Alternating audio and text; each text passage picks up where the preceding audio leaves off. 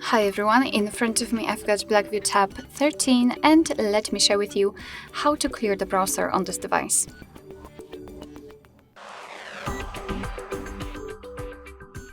So let's start with opening the browser. In my case it will be Google Chrome, but you can basically apply those actions to any other browser which is commonly used.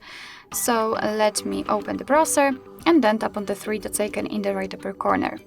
Now we have to tap on the history, and as you can see this is the list of all previously visited websites, and of course if you want you can remove them one by one manually just by tapping on this X button right next to it.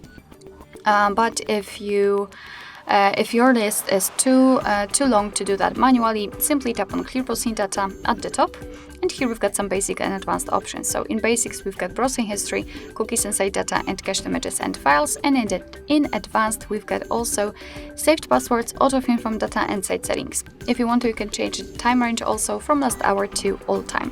I will pick last 7 days maybe, and simply tap on Clear Data. Let's tap on Clear. And as you can see, we've got some history left because I've chosen the 7 days, so let me pick all time so I can show you clear data, clear history. As you can see, the history is empty, which simply means that we just successfully removed everything.